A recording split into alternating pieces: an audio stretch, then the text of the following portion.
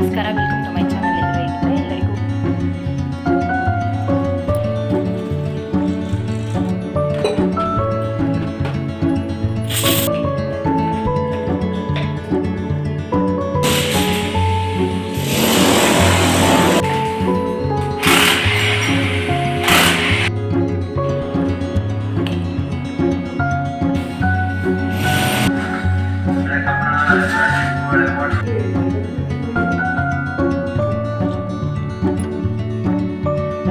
Hi, ಎಲ್ರಿಗೂ ನಮಸ್ಕಾರ, welcome to my channel.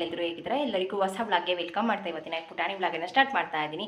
ಈ ವ್ಲಾಗ್ ನಿಮಗೆ ಇಷ್ಟ ಆದರೆ ಲೈಕ್ ಮಾಡಿ, ಶೇರ್ ಮಾಡಿ. ಪ್ಲೀಸ್ ನಮ್ಮ ಚಾನಲ್ಗೆ ಯಾರು ಸಬ್ಸ್ಕ್ರೈಬ್ ಆಗಿಲ್ಲ ಸಬ್ಸ್ಕ್ರೈಬ್ ಮಾಡ್ಕೊಂಡು ಸಪೋರ್ಟ್ ಮಾಡಿ ಅಂತ ಕೇಳ್ಕೊಳ್ತಾ ಇದ್ದೀನಿ. ಬನ್ನಿ ಇವತ್ತಿನ ಈ ಪುಟಾಣಿ ವ್ಲಾಗನ್ನು ಸ್ಟಾರ್ಟ್ ಮಾಡೋಣ. ಬಾಗಿಲು ನಿಲ್ಲಿಸಿ ಎಲ್ಲದೂ ಕೂಡ ಆಯಿತು. ಇವಾಗ ಪೂಜೆದು ಯಾವುದೂ ಕೂಡ ವೀಡಿಯೋ ಮಾಡೋದಕ್ಕಾಗಲಿಲ್ಲ. ಟೈಮ್ ಸಿಕ್ಕಾಬಟ್ಟೆ ಅರ್ಜೆಂಟ್ ಇತ್ತು. ಅಂತಂದರೆ ಇಲ್ಲ ಸ್ವಲ್ಪ ಪಕ್ಕದಲ್ಲೆಲ್ಲ ಗೋಡೆ ಕೀಳೋದಿತ್ತು. ಹಾಗಾಗಿ ಅದೇ ಎಷ್ಟೋ ಹೊತ್ತು ಟೈಮ್ ತೊಗೊಳ್ತು. ಪೂಜೆ ಮಾಡೋದನ್ನು ಯಾವುದೂ ಕೂಡ ವಿಡಿಯೋ ಮಾಡೋದಕ್ಕಾಗಲಿಲ್ಲ. ಬೆಳಗಿಂದ ಏನೆಲ್ಲ ವಿಡಿಯೋ ಮಾಡ್ಕೊಂಡಿದ್ದೆ ಅದನ್ನು ಇವಾಗ ಶೇರ್ ಮಾಡ್ತೀನಿ. ನಿಮ್ಗೆ ಇಷ್ಟ ಆಗಿದೆ ಅಂತ ಭಾವಿಸ್ತಿದ್ದೀನಿ. ಇಷ್ಟ ಆದರೆ ಲೈಕ್ ಮಾಡಿ. ಹೇಗೆ ಅನ್ನಿಸ್ತು ಅಂತ ಕಮೆಂಟ್ ಬಾಕ್ಸಲ್ಲಿ ಕಮೆಂಟ್ ಮಾಡಿ ತಿಳಿಸಿ. ಹೇಗೆ ನಿಲ್ಲಿಸಿದ್ದೀವಿ ಬಾಕ್ಲನ್ನ ಅಂತ ಇವಾಗ ಒಂದು ಸಲ ತೋರಿಸ್ತೀನಿ ಯಾವ ಥರ ಇದೆ ಅಂತ. ಬೆಳಗ್ಗೆನೇ ಅಡುಗೆ ಎಲ್ಲ ಆಗಿತ್ತು.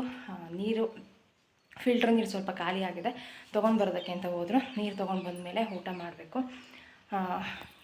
ತೋರಿಸ್ತೀನಿ ಈಗ ಯಾವ ಥರ ಬಾಕ್ಲು ನಿಲ್ಲಿಸಿದ್ದೀವಿ ಅಂತ. ಪೂಜೆ ಎಲ್ಲ ಕರೆಕ್ಟ್ ಟೈಮಿಗೆ ಸರಿಯಾಗೇ ಆಯಿತು. ಬಟ್ ಇದನ್ನು ಸ್ವಲ್ಪ ಈ ಕಡೆ ಆ ಕಡೆ ಗೋಡೆ ಕೀಳೋದಿತ್ತಲ್ಲ, ಅದನ್ನು ತೋರಿಸ್ತೀನಿ ಮುಂದೆ. ಹಾಗಾಗಿನೇ ಜಾಸ್ತಿ ಟೈಮ್ ತೊಗೊಳ್ತು. ಅದನ್ನು ತೆಗಿಯೋದು, ಅಲ್ಲಿರೋದನ್ನೆಲ್ಲ ಬಾಚೋಕೋದು, ಕ್ಲೀನ್ ಮಾಡೋದು ಅದೇ ಆಗ್ಬಿಡ್ತು. ಇನ್ನು ಈ ಕಡೆ ಇಷ್ಟು ಒಂದು ರಾಶಿ ಇದೆ, ಅದನ್ನೆಲ್ಲ ತೆಗೆದು ಕ್ಲೀನ್ ಮಾಡಬೇಕು. ಆಮೇಲಿಂದ ತಿಂಡಿ ಎಲ್ಲ ಮುಗಿಸ್ಕೊಂಡು ಆಮೇಲಿಂದ ಕ್ಲೀನ್ ಮಾಡಬೇಕು. ನೋಡಿ ಯಾವ ಥರ ಕಾಣಿಸ್ತಾ ಇದೆ ಅಂತ.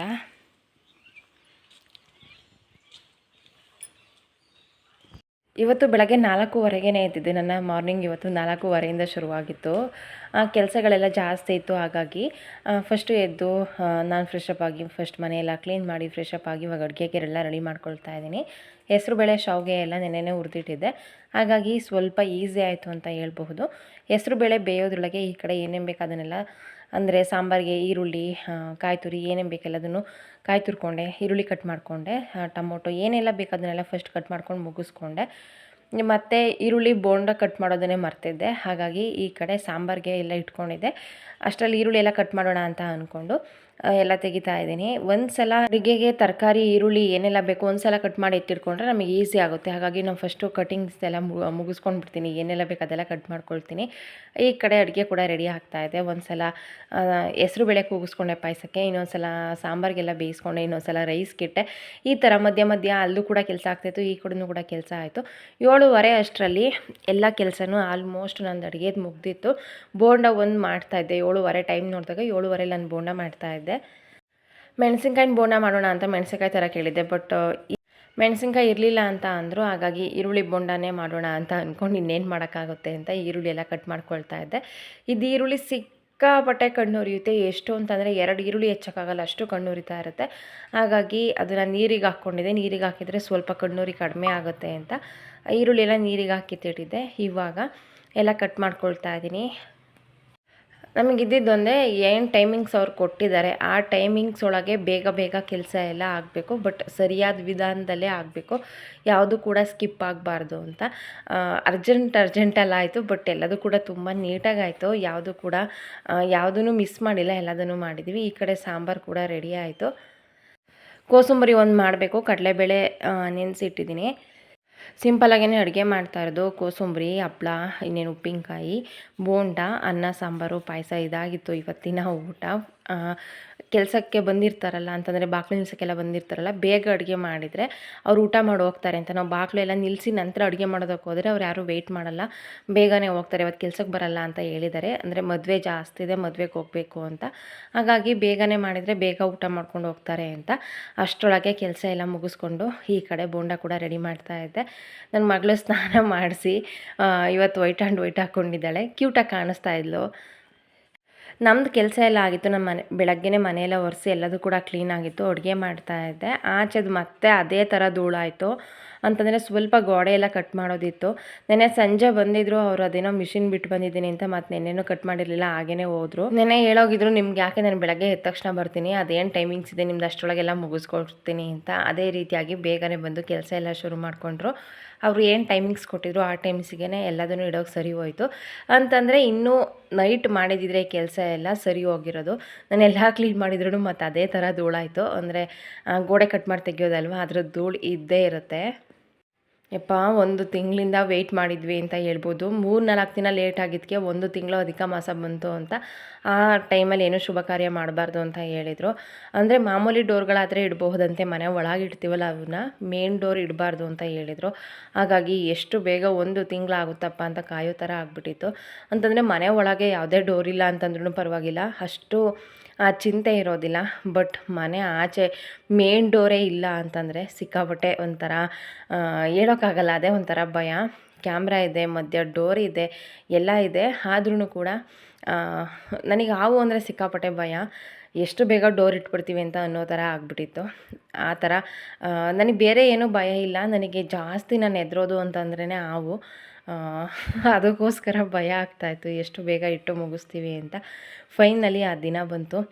ಪೂಜೆ ಎಲ್ಲದೂ ಕೂಡ ತುಂಬ ಚೆನ್ನಾಗಾಯಿತು. ಡೋರ್ ಸ್ವಲ್ಪ ಹೈಟ್ ಇತ್ತಲ್ಲ ಅದು, ಹಾಗಾಗಿ ಕೆಳಗಡೆ ಇದು ಮಾಡೋದಕ್ಕೆ ಆಗ್ತಾ ಇರಲಿಲ್ಲ. ಅದನ್ನೆಲ್ಲ ಕ್ಲೀನ್ ಮಾಡಿಕೊಂಡು ಫೈನಲಿ ಇಟ್ಟಾಯಿತು. ನಂತರ ಇವಾಗ ಪೂಜೆ ಎಲ್ಲ ಮಾಡ್ಕೊಳ್ಳೋದು. ಲುಕ್ಕೇ ಪೂರ್ತಿಯಾಗಿ ಚೇಂಜ್ ಆಯಿತು ಅಂತ ಹೇಳ್ಬೋದು. ಇನ್ನು ಪೇಂಟಿಂಗ್ ಆಗಿಲ್ಲ, ಯಾವುದು ಫಿನಿಷಿಂಗ್ ಆಗಿಲ್ಲ. ಆದರೂ ಕೂಡ ಮುಂಚೆ ನೋಡೋದಕ್ಕೂ ಇವಾಗ ನೋಡೋದಕ್ಕೂ ಒಂಥರ ಲುಕ್ಕೇ ಫುಲ್ ಚೇಂಜ್ ಆಗಿತ್ತು. ತುಂಬ ಚೆನ್ನಾಗಿ ಕಾಣಿಸ್ತಾಯಿತ್ತು. ನನಗಂತೂ ತುಂಬಾ ಇಷ್ಟ ಆಯಿತು. ಅಂತಂದರೆ ಪೇಂಟ್ ಎಲ್ಲ ಆಗಿ, ಗೋಡೆ ಫಿನಿಷಿಂಗ್ ಆಗಿ, ಪೇಂಟ್ ಆಗಿ ಎಲ್ಲ ಆದಮೇಲೆ ಇನ್ನೂ ಲುಕ್ಕಾಗಿ ಚೆನ್ನಾಗಿ ಕಾಣಿಸುತ್ತೆ. ನಾನು ಆ ಕಡೆ ಈ ಕಡೆ ಸೈಡ್ ಗೋಡೆಗಳು ಏನಿದೆ ಅದನ್ನು ಯಾವುದನ್ನು ಹೇಳ್ತಾ ಇಲ್ಲ, ಬರೀ ಏನು ಡೋರ್ ಇಟ್ಟಿದ್ದೀವಿ ಅದನ್ನು ಮಾತ್ರ ಹೇಳ್ತಾ ಇರೋದು ಚೆನ್ನಾಗಿ ಕಾಣಿಸ್ತಾ ಇದೆ ಅಂತ. ನಂತರ ಊಟ ಎಲ್ಲ ಮುಗಿಸ್ಕೊಂಡು 1 ಅವರ್ ರೆಸ್ಟ್ ಮಾಡಿ ಇವಾಗ ಕ್ಲೀನ್ ಮಾಡ್ಕೊಳ್ತಾ ಇದ್ದೀನಿ. ಮತ್ತು ನೆನ್ನೆ ಎಲ್ಲ ಕ್ಲೀನ್ ಮಾಡಿದ್ದಾಯಿತು, ಬೆಳಗ್ಗೆ ಕ್ಲೀನ್ ಮಾಡಿದ್ದಾಯಿತು, ಮತ್ತು ಇವಾಗ ಕ್ಲೀನ್ ಮಾಡೋದು. ಅಂತಂದರೆ ಪೂಜೆ ಎಲ್ಲ ಆಗಿತ್ತು, ಆವಾಗಲೇ ಒಂದು ಸಲ ಎಲ್ಲ ಕ್ಲೀನ್ ಆಗಿತ್ತಲ್ಲ. ಮತ್ತು ಪೂಜೆ ಆದಮೇಲೆ ಮತ್ತೆ ಇನ್ನೊಂದು ಸಲ ಕಸ ಗುಡಿಸ್ಬಾರ್ದು ಅಂತ ಸ್ವಲ್ಪ ಹೊತ್ತು ವೆಯ್ಟ್ ಮಾಡಿದ್ದೆ. ಬೆಳಗ್ಗೆ 4:15 ಎದ್ದಿದ್ದಲ್ವ, ಸಿಕ್ಕಾಪಟ್ಟೆ ಟಯರ್ಡ್ ಅಂತ ಫೀಲ್ ಆಗ್ತಾಯಿತ್ತು. ಹಾಗಾಗಿ ನಾನು ಕೂಡ ರೆಸ್ಟ್ ಮಾಡಿ ಇವಾಗ ಮತ್ತೆ ಎಲ್ಲ ಕ್ಲೀನ್ ಮಾಡೋದಕ್ಕೆ ಬಂದಿದ್ದೀನಿ. ನಿಮಗಿಲ್ಲಿ ದೂರ ಇರೋದ್ರಿಂದ ಕ್ಯಾಮ್ರಾ ಅಷ್ಟು ಧೂಳು ಕಾಣಿಸ್ತಾ ಇಲ್ಲ. ಸಿಕ್ಕಾಪಟ್ಟೆ ಧೂಳಾಗ್ಬಿಟ್ಟಿತ್ತು. ಗೊತ್ತಲ್ಲ ಗೋಡೆ ಕಟ್ ಮಾಡಿದಾಗ ಎಷ್ಟು ಬರುತ್ತೆ ಅಂತ. ಇದು ಖಂಡಿತ ಕಸ ಹೊಡೆದ್ರೆ ಮಾತ್ರ ಧೂಳು ಹೋಗಲ್ಲ. ಒಂದು 2-3 ಸಲ ನೀರು ಚೇಂಜ್ ಮಾಡ್ಕೊಂಡು ನೆಲ ಒರೆಸಿ ಹಂಗೆ ಮಾಡಿದರೆ ಮಾತ್ರ ಧೂಳು ಹೋಗೋದು. ಹಂಗಾಗಿ ಫಸ್ಟು ಏನೇನು ಧೂಳು ಬರುತ್ತೆ ಅದನ್ನೆಲ್ಲ ಕಸ ಗುಡಿಸಿ ತೆಗೆದೆ. ಸಿಕ್ಕಾಪಟ್ಟೆ ಧೂಳು ಆಗ್ತಾಯಿತ್ತು. ಹಾಗಾಗಿ ಈ ಥರ ಎಲ್ಲ ಇದ್ದರೆ ಇರೋದಕ್ಕಾಗೋದೇ ಇಲ್ಲ. ಎಷ್ಟೊತ್ತಿಗೆ ಕ್ಲೀನ್ ಮಾಡ್ತೀನಿ ಅಂತ ಅನ್ನಿಸ್ತಾ ಇರುತ್ತೆ. ಮಲಗಿದ್ದೀನಿ, ಎಷ್ಟೋ ತನಕ ನನಗೂ ಅನ್ನಿಸ್ತಾ ಇತ್ತು ಎದ್ದು ಕ್ಲೀನ್ ಮಾಡಿ ಆಮೇಲೆ ಮಲಗೋಣ ಅಂತ. ಬಟ್ ಟಯರ್ಡ್ ಆಗಿದ್ದರಿಂದ ಮಲಗಿ ಎದ್ದು ಇವಾಗೆಲ್ಲ ಕ್ಲೀನ್ ಮಾಡ್ತಾಯಿದ್ದೀನಿ. ಇವತ್ತು ಏನಂತಂದರೆ ಫಸ್ಟಲ್ಲೇ ಹೇಳ್ಬೇಕು ಅಂತ ಅಂದ್ಕೊಂಡೆ, ಕೊನೆಗೆ ಹೇಳಿದ್ರಾಗುತ್ತೆ ಅಂತ ಸುಮ್ಮನಾದೆ. ಇವತ್ತು ಫಾದರ್ಸ್ ಡೇ. ಇದ್ರ ಬಗ್ಗೆ ನನಗೆ ಮಾತಾಡೋದಕ್ಕೆ ಏನಂತ ಹೇಳಿ ಅಂತ ಗೊತ್ತಿಲ್ಲ. ತುಂಬ ಚೆನ್ನಾಗಿ ನನ್ನ ಅಪ್ಪ ನನ್ನ ಅಮ್ಮ ನಮ್ಮನ್ನು ನೋಡ್ಕೊಂಡಿದ್ದಾರೆ. ಅವ್ರಿಗೆ ಎಷ್ಟೇ ಕಷ್ಟ ಇದ್ರೂ ನಮಗೆ ಕಷ್ಟ ತೋರಿಸಿಲ್ಲ. ತುಂಬ ಮುದ್ದಾಗಿ ಸಾಕಿದರು. ನನ್ನ ಅಪ್ಪ ಇವಾಗ ಊರಿಗೆ ಹೋಗಿ ಬರ್ತೀನಿ ಅಂತಂದ್ರೂ ಅಷ್ಟೇ ಫೀಲ್ ಮಾಡ್ಕೊಳ್ತಾರೆ. ಅಷ್ಟು ಅಟ್ಯಾಚ್ಮೆಂಟ್ ಇದೆ, ಅಷ್ಟು ಚೆನ್ನಾಗಿ ನೋಡ್ಕೊಂಡಿದ್ದಾರೆ. ಅವ್ರು ಎಂತೆಂಥ ಕಷ್ಟಗಳನ್ನು ಫೇಸ್ ಮಾಡಿರಬಹುದು ಅಂತ ನಾನು ಇವಾಗ ಯೋಚನೆ ಮಾಡ್ಬೋದು. ಬಟ್ ಆವಾಗ ಅಷ್ಟೊಂದೆಲ್ಲ ಮೆಚುರಿಟಿ ಇರೋಲ್ಲ, ಅದು ನಮ್ಮ ತಲೆಗೂ ಹೋಗಿರಲ್ಲ. ಹಾಗಂತ ನಾವು ಅಷ್ಟೊಂದು ಕಾಟನೂ ಕೂಡ ಕೊಟ್ಟಿಲ್ಲ. ಒಳ್ಳೆ ಮಕ್ಕಳು ನಾವು ಅಂತಲೂ ಹೇಳ್ಬೋದು. ಅದ್ರ ಬಗ್ಗೆ ನಮಗೆ ಖುಷಿ ಇದೆ.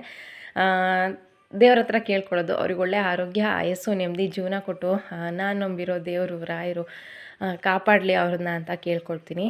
ಎಲ್ಲ ತಂದೆಯಂದ್ರಿಗೂ ಕೂಡ ಹ್ಯಾಪಿ ಫಾದರ್ಸ್ ಡೇ. ನನಗೆ ಮಾತಾಡೋದಕ್ಕೇ ಆಗ್ತಾಯಿಲ್ಲ, ಒಂಥರ ಶಿವರಾದಂಗೆ ಅನ್ನಿಸ್ತಾ ಇದೆ. ಎಷ್ಟು ತನ್ನ ಮಕ್ಕಳನ್ನ ಇಷ್ಟಪಡ್ಬೋದು ಅಂತ ನನ್ನ ಹಸ್ಬೆಂಡನ್ನು ಕೂಡ ನಾನು ನೋಡಿದ್ದೀನಿ. ಅವರು ಫಸ್ಟು ಅವ್ರ ಮಕ್ಕಳು, ನಂತರ ಅವರು ಊಟ ಮಾಡಿ ಬನ್ನಿ ಅಂದರೆ ಮಕ್ಕಳು ಮಾಡಿದಾರಾ ಅಂತ ಕೇಳ್ತಾರೆ. ನಂತರ ಅವ್ರು ಊಟ ಮಾಡೋಕ್ಕೆ ಬರ್ತಾರೆ.